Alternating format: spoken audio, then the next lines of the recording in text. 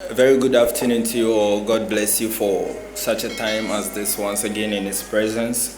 This afternoon, I want to share with you something from Judges chapter 7. Quickly, I'll take the readings from verse 1 to 7. Then Jerubbaal, that is Gideon, and all the people who were with him rose early and encamped beside the spring of Harod. And the camp of Midian was north of them, by the hill of Moreh in the valley. The Lord said to Gideon, "The people with you are too many for me to give the Midianites into their hand, lest Israel avenge themselves against me, saying, My own hand has delivered me. Now therefore proclaim in the ears of the people, saying, Whoever is fearful and trembling, let him return home." And Gideon tested them, 22,000 returned and 10,000 remained. And the Lord said to Gideon, "The people are still too many. Take them down to the water, and I will test them for you. And of whom I say to you, this man shall go with you, and any of whom I say to you, this man shall not go with you, shall not go." So he brought the people down to the water. And the Lord said to Gideon, "Everyone that laps the water with his tongue as a dog laps, you shall set by himself. Likewise, everyone that kneels down to drink." And the number of those that lapped, putting their hands to their mouth, was 300 men. But all the rest of the people knelt down to drink water. And the Lord said to Gideon, "With the 300 men that lapped, I will deliver you and give the Midianites into your hand. And let all the others go, every man to his home." Right. I thank you so much for, this time. This is a story which happened when the Midianites were dominating over the Israelites in the days of Gideon. Then they oppressed them. When you read from chapter 6, they oppressed them until one day an angel of the Lord showed up and told Gideon that, "With you I will hand over the Midianites into your hand." So Gideon went and proclaimed to the people of Israel and called forth an army that the devil has suppressed us for so many times. The Midianites have suppressed us for so many times. So we are calling forth an army to fight them. Now, this Midianite is a typology of Satan and his cohort, the enemy, which is gradually invading our territories, and it's gradually looming day in, day out, as we can all see sin and iniquity is looming day in, day out in our generation and in our country, and even the world as a whole. So when Jerubbaal, which was Gideon, called for, he got a lot of people, to come and fight the battles of God. In this our generation, Christ has died for us, and we have a lot of people that proclaim themselves Christian or that call themselves Christians. And one of the charge God gave to us is to go everyone to every place and make disciples. That is, God said in the book of Matthew chapter 28 verse 19, Jesus said that we should go and make disciples of all nations. So as every believer, or as Christians, we have a charge, to go everywhere and make disciples. This is the mandate God has given unto every man. So this is the charge God has given us, to go in every institution, in every area, wherever man is, to make disciples of all nations. So with this one, Gideon called forth an army, and they came, and God said that all those that are fearful, let them go back. The Bible said in 2 Timothy chapter 1 verse 7 that God has not given us a spirit of timidity, but He has given us the spirit of power, love, and of a sound mind. So God does not deal with Christians or people that are so weak, that are so beggarly, that are so timid and so fearful. So there are people in our days, they are dreaming of doing something for God. They have the mandate and the charge of God upon their lives, yet timidity or fear has driven that mandate away. So sometimes they will sit in the car and they feel like sharing the word of God. They'll be at a place and they feel like leading something for God, but fear will capture them so much, will oppress them so much that they won't do what God wants them to do. There are a lot of people God is calling them as missionaries into places and all that, and because of fear they will back down. So God told Gideon that those people that are fearful, let them go back. So after he dealt with those that are fearful, he said that take them again onto the place where they were going to drink water. And that place too, God did, created a selection. He told them that everyone that will lap as a dog laps water, let that person separate that person or set that person aside. And those that will kneel down and will drink, set them aside.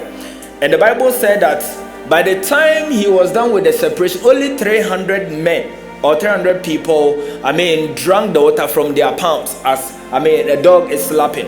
And when they were drinking the water from their palms, they were looking at the enemy.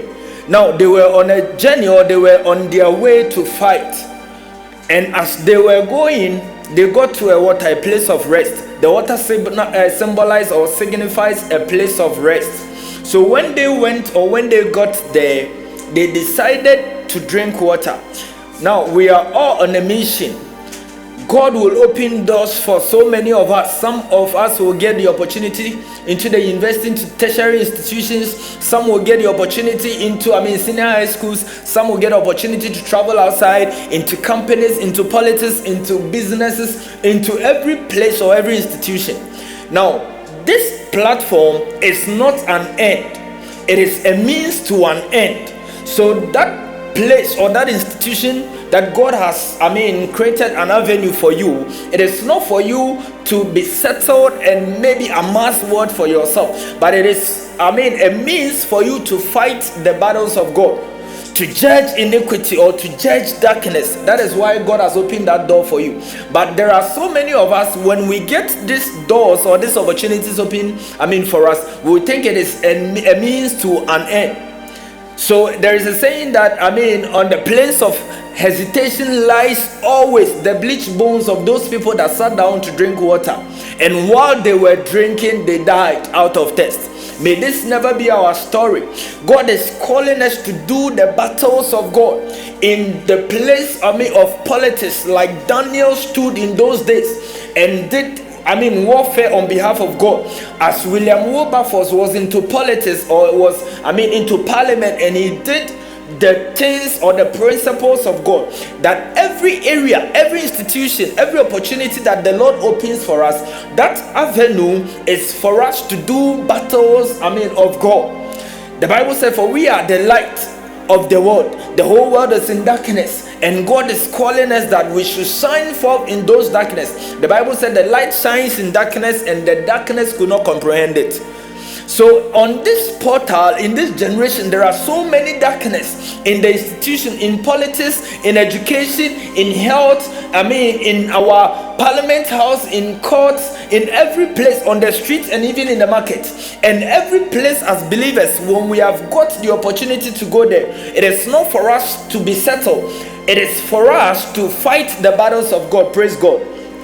Inti senior opportunity bi ewo baby erade bi ekwan bi emao anasa kwantu ana adwuma anasa bibi etisa enye se wadru nemum erade ehwehwe se wo de saa opportunity no ebeye bibi am erade nyankopon erade ehwehwe wo se obeye bibi ama no enti ena wafrɛ awie bremu se ode wakɔ ebia politics ode wakɔ ebia health anasa education said de beya obeye bibi am erade nyankopon or for a radiatory agency, so say, ye who every honum, not so opportunity be a maya, you make sure, say, we invade that place and do things for God. Now we have seen how so much that darkness is gradually looming in our education. In our schools, you go there, you find a lot of people, a lot of our young people fighting so many addictions. We have addictions such as drugs, alcohol. We have addictions such as masturbation, lesbianism, gayism.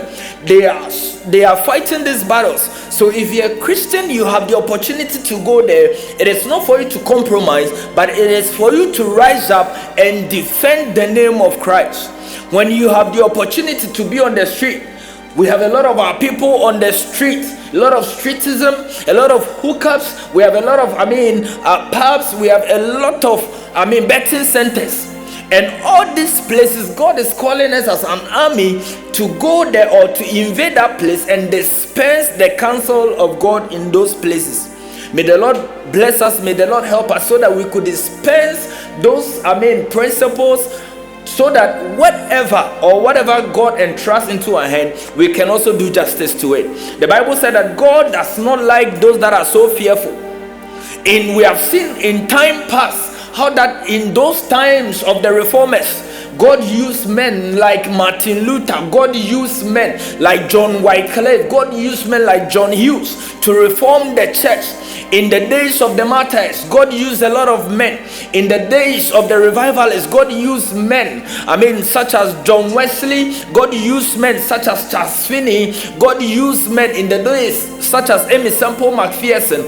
In this our generation, because of the intensity of darkness, God is calling each and every of these people to be, at post. So in this generation, God is needing martyrs who invade territories and who percolate places where, the gospel is least spread.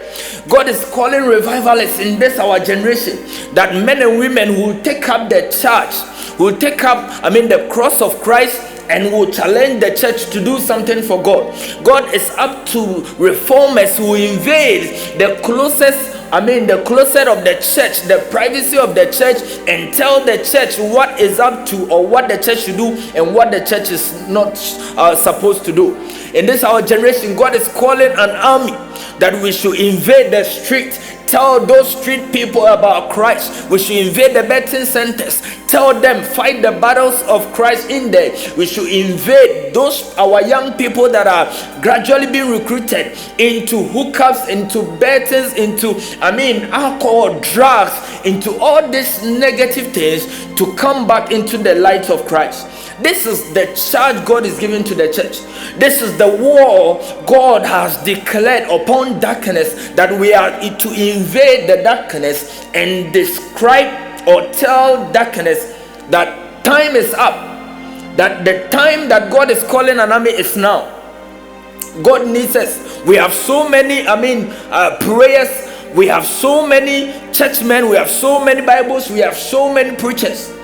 In this our generation, we are so fortunate to have all these things, and it is a mandate, it is a charge for us that we shouldn't waste all this precious opportunity, all these avenues God has given to us, but we should make good use of it. We should tell the word of Christ, a mighty to save. It doesn't matter what you have done. We should go there and tell them it doesn't matter the sins you have committed. We should invade politics and clean up the debris there. So all those people that are into politics, when they go there, they shouldn't compromise, but they should stand for God in those areas.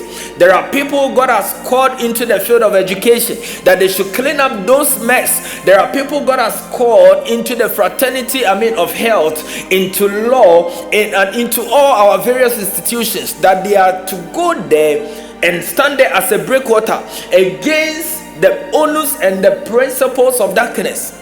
That is the charge and the mandate God is calling us. So the Bible said that when he has separated them, he got 300 men who fought the war of God. In this our generation, God is also counting on you and I. We have a lot of churches scattered all around. We have a lot of Christians. We have so many people that are playing, but we have few that are praying. We have so many that are organizing, yet few are agonizing. This is the charge God is calling us, that we should cling so much, we should tarry so much in prayer. In this our generation, God needs intercessors. God needs so much people who are ready. Even if they will die, they will go into places to defend the name of Christ. God is up to men who do not care so much about their life, that they will say for them to live is Christ and to die is gain, that they will stand. The Bible said the other day, that in all things we have to fight the battles of God. And the other day, God said,